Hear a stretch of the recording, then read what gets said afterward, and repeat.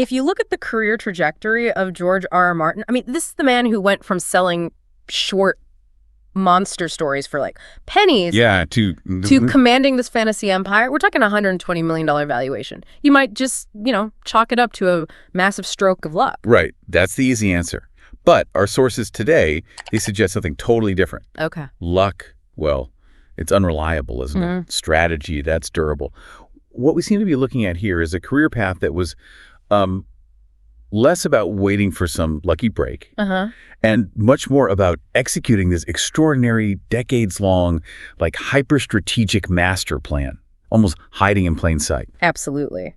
So today, we're doing a deep dive into Martin's journey. We're focusing not just on the books themselves, but his grasp, his mastery, really, of intellectual property and his views on legacy and this strategic patience. It feels completely counterintuitive today, in this age of constant content. Totally. Everything's instant now. So our mission here is to try and understand the specific creative and the financial decisions that actually built the world of Westeros.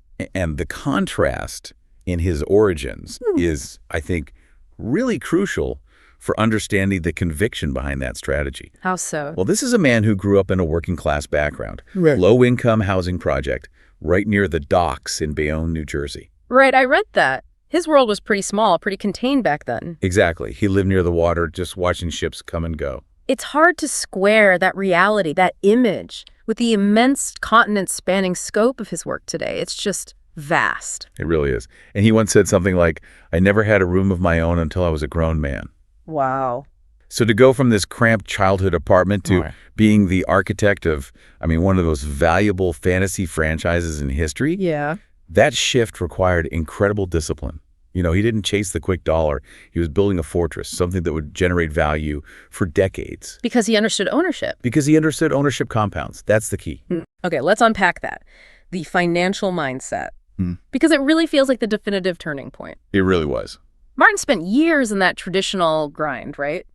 Selling sci-fi, horror stories, working in television. Making a modest living, yeah. So what was the moment? When did he shift from just earning an income to thinking about building an asset? I think it was the decision, really culminating with a Game of Thrones in 1996. To stop writing just to fill someone else's brief or meet someone else's budget. He stopped trading his time for dollars in that, conventional way. And committed instead to building his own world. A world so vast only he could really steward it.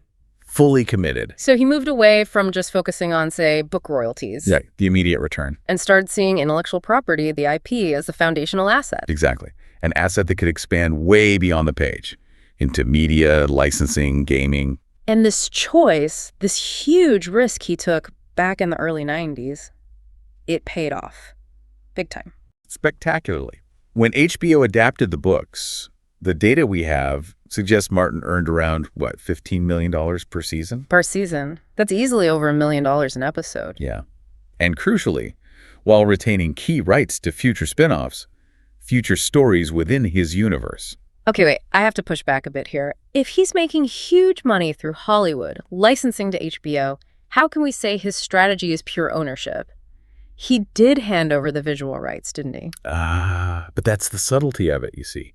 He didn't just hand over the rights blankly. Right. He licensed them, yes, but from a position of incredible power. Because he'd built the world first. Okay. So he kept critical creative influence. And maybe more importantly, the rights to the underlying depth, the history, the mythos. All the stuff that wasn't directly in the main books yet. Precisely. Which is why he's still the authority. Right. He's the driving force behind prequels like House of the Dragon. Got it. So the key lesson there for you listening is don't just create to earn, create to own. That ownership gives you leverage. Real leverage. Even when you partner with giants like HBO. That idea of keeping control, it brings us right into his career strategy. Which, when you look at it, it seems less like a standard creative biography and more like a carefully constructed, scalable tower. That's a great analogy.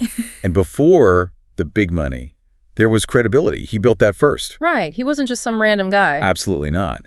He holds a master's in journalism from Northwestern back in '71.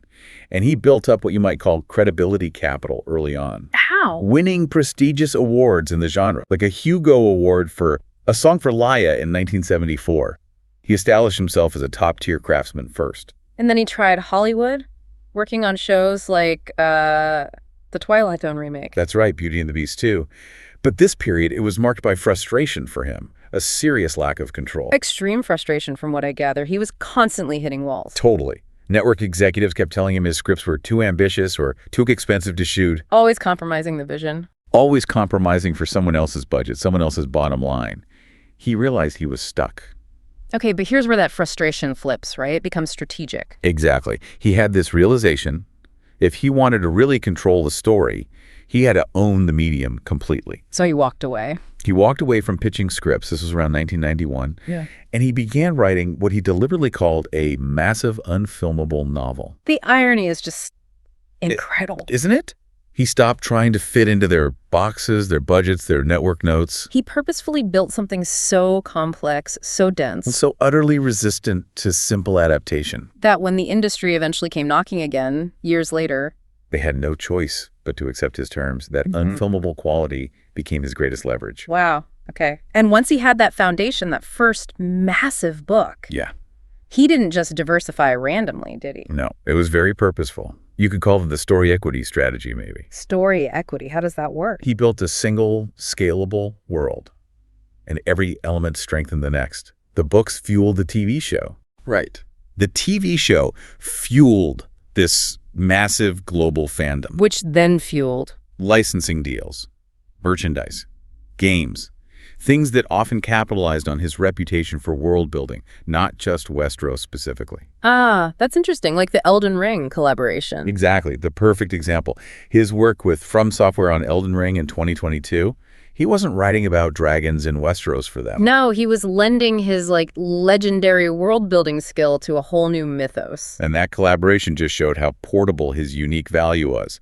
The tower he built, his narrative style, his depth was valuable, even outside his own fictional backyard. That is profound. It's not just the stories themselves, it's the whole system of storytelling he owns. It really is. Okay, now we have to talk about the elephant in the room. The part that is maybe most difficult for us in our fast-paced world to reconcile. The infamous slowness. The slowness. It's legendary. Subject of countless memes, articles, fan frustration, but it might just be the key to understanding his leverage. Okay, lay it out. As of, well, now basically 2025. The Winds of Winter, the next book. Still in the making since 2011. That's a 14-year gap and counting. 14 years. In almost any other creative field, a delay like that, it would trigger huge financial penalties, probably total audience abandonment. Why does Martin get a pass? Or did the slowness somehow become a strength? I think it did, yeah. You could argue it's radical patience combined with just uncompromising quality control. He chooses depth over volume. Always. He's been quoted saying things like, I want to get it right. I don't want to rush it just to meet a deadline. And the weight itself. The weight built up massive scarcity, huge anticipation.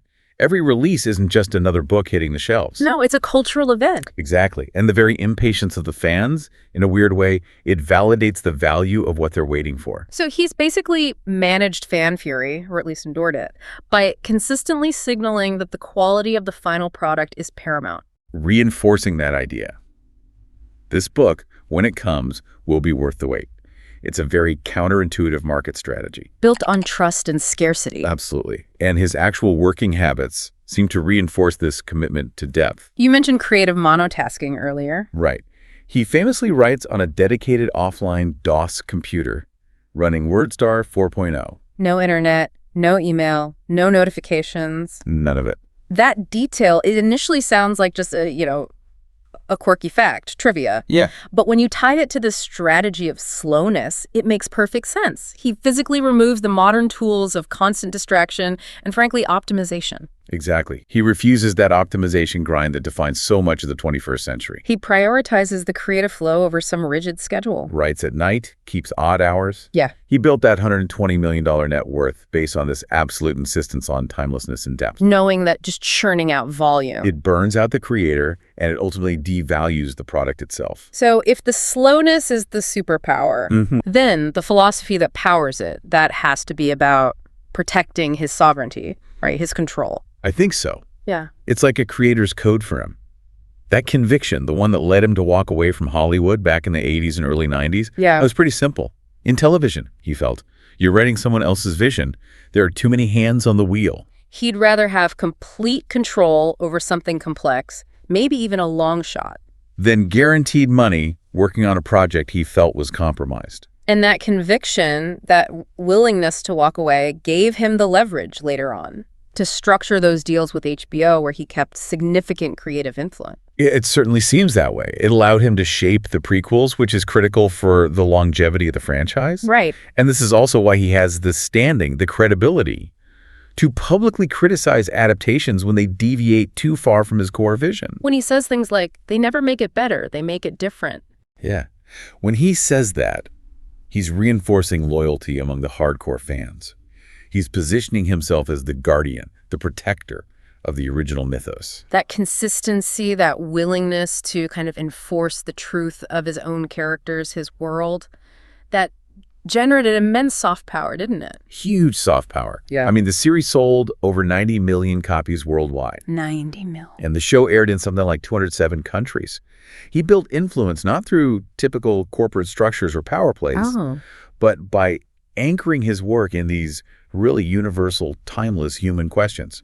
Politics, loyalty, ambition, power. The big stuff. The really big stuff. So if we try to synthesize this whole strategic career arc, what do we see? I think we see incredible resilience built right into the very structure of the world he created. Martin built what some have called a narrative moat.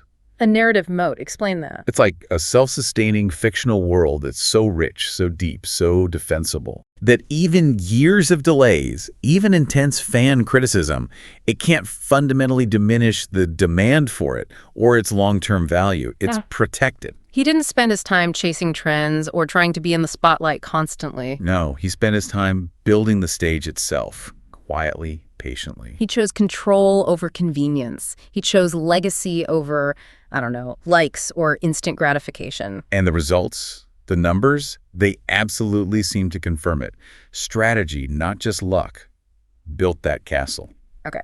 So if we connect this really counterintuitive success story back to you, the listener. Yeah, what's the takeaway? We have to ask a final question, right? Go for it. If Martin's strategy proves that this kind of radical slowness, when it's paired with genuine mastery and ownership, if that can be a definitive superpower. Then what's the equivalent of that deep work, that necessary, maybe complicated, definitely time-consuming foundational effort in your own life, in your own project? Something that you might be currently rushing, maybe just to meet a deadline that someone else set for you? What world are you quietly building, maybe in the background?